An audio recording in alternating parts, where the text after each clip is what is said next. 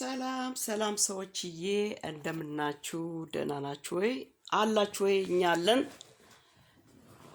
ያ እግዚአብሔር ስም ይመስገን አለን። እዚህ ጋር የሆነ ነገር ሰምቼ የቀድሞ ዘማሪ ዮሴፍ አዲሱ ማለት የጴንጤ ዘማሪ ማለት ነው እና አሁን የቴዲ አፍሮ ዘፈን ወጥቶ ከወጣ በኋላ አሁን እንዴት ነው እግዚአብሔር ኃጢአቴን ቀንስልኝ እና እኔም የቴዲን ዘፈን እየሰማው ነው ብሎ በፌስቡክ ለጥፏል የሚባለውን ነገር ሌሎቹ ደግሞ እንደዚህ ክርስቲያን የሆኑ ሰዎች እንትን እያሉ ናቸው እና የተቆጡትና እየገጸጹ ናቸው። ግን አይኖ እሱ አሁን ለምሳሌ ማለት ነው በጣም ዘማሪ ነው። ዮሴፍ አዲሱ በጣም ዘማሪ ነው እና ዝማሬዎቹ ደግሞ በጣም ደስ ይላሉ። ያው እንግዲህ ስፔሻሊ ክርስቲያን ሆኖ ስፔሻሊ ቦርን አጌን ክርስቲያን ሆኖ ዘፈን ማዳመጥ ዘፈን ማለት በአጠቃላይ አይፈቀድም መስማት ማለት ነው እና ያው እንግዲህ አይ ዶንት ኖ ለምን እንግዲህ እሱ እንደዛ ብሎ በፌስቡክ ላይ እንደለጠፈ የሚታወቅ ነገር የለም። ገባችሁ ሰዎችዬ? እና በጣም ሶ ሃርድ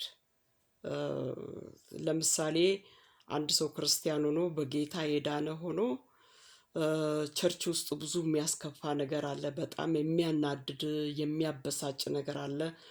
አሁን ለምሳሌ ዓለማዊ ጋር እንደፈለጋችሁ ትሰዳደባላችሁ፣ ትጣላላችሁ። የሰደባችሁን ሰው እናንተን የሰደበውን ሰው መልሳችሁ ትሰድቡታላችሁ። እዛ ግን ክርስቲያን ከሆናችሁ እንደዚህ ዳይሬክትሊ መሰዳደብ የለም እና ብዙ በደሎች አሉ። ኮምፕሊትሊ ዓለማዊ የሚያስንቅ ነገር ነው እዛ ያለው።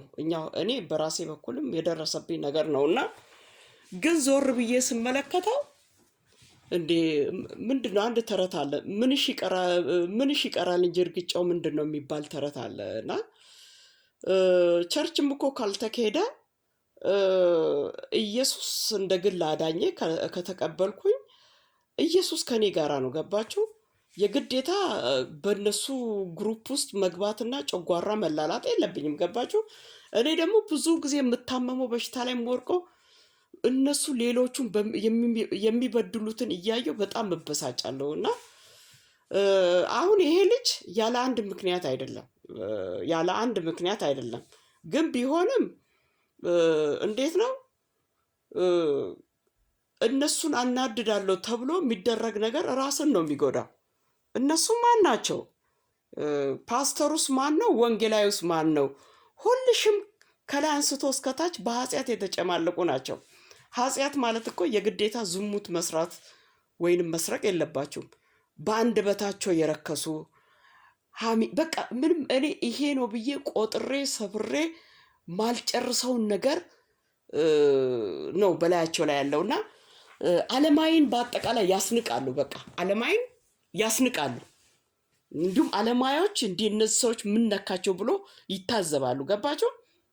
ስለዚህ ያለ አንድ ምክንያት አይደለም። እንዲሁም ኦኬ አንዳንድ ሰው እንዴት ነው ያ ሙዚቃ ከወደድኩት በጓዳዬ አዳምጣለሁ ይላል። ግን ከሰው ቢደበቅ ያ ሰው ከእግዚአብሔር አይደበቅም። ገባቸው? እና ወይንም የቴዲን ዘፈን በጓዳው አዳምጦ ዝም ማለት እኮ ይችላል። በአደባባይ ያውም ዘማሪ ሆኖ በፌስቡክ ላይ መለጠፉ ሌላውን ሰው እንግዲህ እሱን ያናደዱትን ለማብሸቅ ብሎ ነው እና ስለዚህ አም አንደርስታንድ እና ወንድም አለም ሁላችንም ደርሶብናል።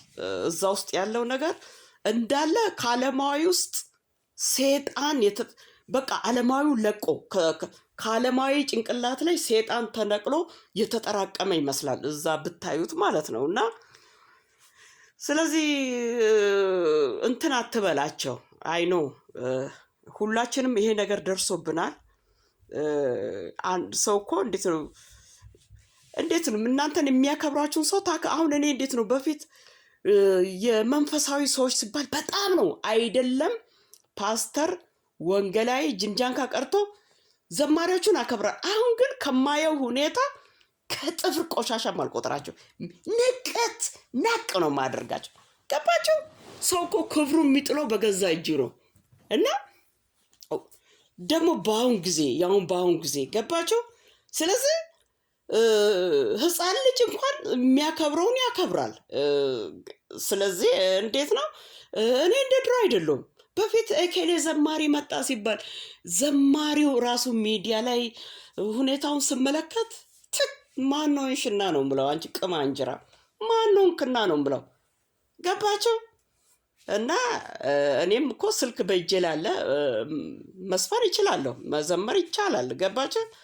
ሰው እንዴት ነው እናንተን ያከበራችሁን ሰው ነው መልሳችሁ የምታከብሩት።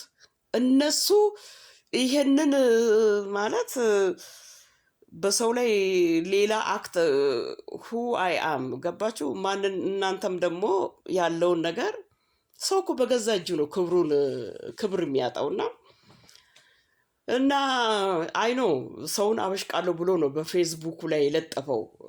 እኔም እንግዲህ እግዚአብሔር ኃጢአቴን አቀለልኝ እኔ የቴዲ አፍሮ ሙዚቃ እየሰማው ነው ብለ የለጠፍከው ይገባኛል።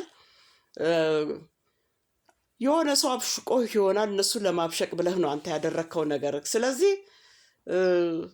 ያ አንተ ኢየሱስን ከነሱ ጋር ማወዳደር የለብህም። እንዳንተ ስጋ ለበስ ናቸውና ሰው እንግዲህ በገዛ እጁ ነው ክብሩን የሚያጣው። እና ቸርች ውስጥ ያለው ነገር ሆዲፍጆ ነው የሚባለው። እንደዚህ ስታያቸው ከውጪ ሲሰብኩ ምን ሲሉ ከአንደበታቸው ላይ ማር ነው የሚዘንበው። ማር ነው የሚዘንበው። አፋችሁን ትከፍታላችሁ። እዛ ስትሄዱ ግን ረመጥ ላይ ነው የምትቆሙት። ረመጥ ላይ በምትለብሱት ልብስ በቡቱቱ ይቀናሉ። መድኃኒዓለም በቡቱቱ የነሱ ምስቶቻቸው ጭራሮ የመሰለ እግር ላይ ጥብቆ ለብሰው ይመጣሉ። እቺ ማን የምትባል ወፍ አለች ባህር ውስጥ የምትቆም እሷን ይመስላሉ። እና ልክ እንደዚህ ብትረግጡ እግራቸው የሚሰበር ነገር። እናንተ ግን እንደነሱ ጥብቆ ባትለብሱም እንዲሁ ሱሪ ነገር ጅንስ ሱሪ ታጥቃችሁ ከሄዳችሁ በእናንተ ላይ ይቀናል። እና አንዳንድ ጊዜ የምንላለሁ እንዲህ ጆንያ ለብሼ ልምጣ እንዴ ይላለሁ። ገባችሁ?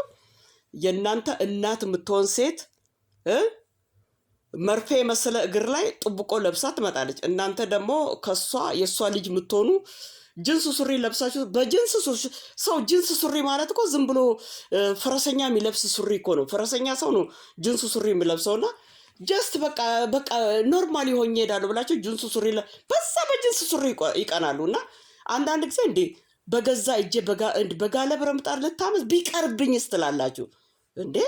እና በጣም እኔ እንጃ ወይ አሚተኛ እኔ በእኔ ላይ የደረሰው አይወራ። እኔ እንዴት ነው አቦቶና ወሳክ እኔ ከፈስም አለ። አሁንማ እንደምንቃቸው ሲጠሩኝ እየሰማሁ እኮ ነው ዝም ብለው። ገባቸው በቃ። ስለዚህ ለእነሱ ብዬ ኢየሱስን የምተውበት ኬዝ እንዴ ምን አይነት አማርኛ ነው? እና እነሱ ማን ናቸው? እነሱ ናቸው ከኪሳቸው አውጥቶ ለእኔ ኢየሱስን የሰጡኝ። ኢየሱስ በእነሱ ኪስ ውስጥ ነው ያለው። ስለዚህ እናንተ እንድታብዱ በቃ መጥፎ ሱስ ውስጥ እንድትገቡ በቃ እና በእናንተ ላይ ከበሮ ይዞ መምታትና እከሊት እንዲሆነች ብሎ መናገር ነው የሚፈልጉት። ወደ መጥፎ ኃጢአት ነው የሚገፋፉትና እንደዛ ያለመሆን እንደዚህ አይነት ቦታ ጭራሹን ያለ መገኘት እና በተለይ እነሱ ጋር ማለት የሰይጣን ክምችት ማለት ነው። የራሳቸውን ነገር ገባችሁ? እና አይኖ ወንድም አለም ዮሴፍ አዲሱ አንተ ጥሩ ዘማሪ ነህ እና እንደዛ ሰው ለማብሸቅ ብለህ ያደረግከው ነገር ነው። ሃይዞኝ ወንድሜ፣ ኢየሱስ ያንተ የግል አዳኝህ ነው እና ማንም ሰው ለአንተ ኢየሱስን ከኪሳቸው ከቤታቸው አውጥቶ አይደለም የሰጡት። እና ይሄ ብሽሽቅ ስለሆነ ገብቶኛል። ዝማሬህ መዝሙርህ በጣም ደስ ይላል። በአንተ መዝሙር እኛ ተባርከንበታል እና